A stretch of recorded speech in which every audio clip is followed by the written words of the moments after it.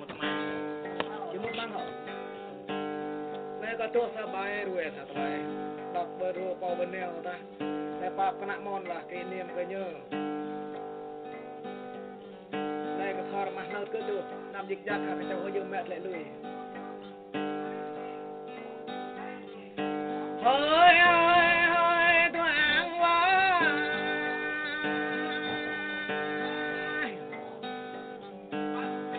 bạc đời người rồi này chẳng nhớ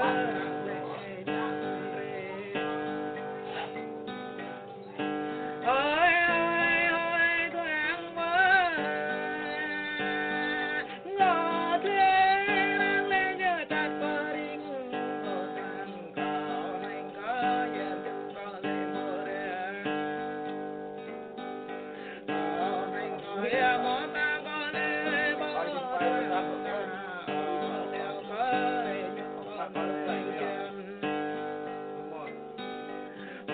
leo có để nhung có pran chưa là sang người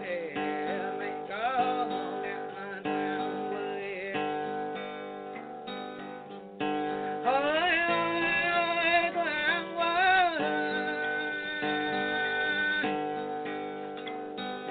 gò nhớ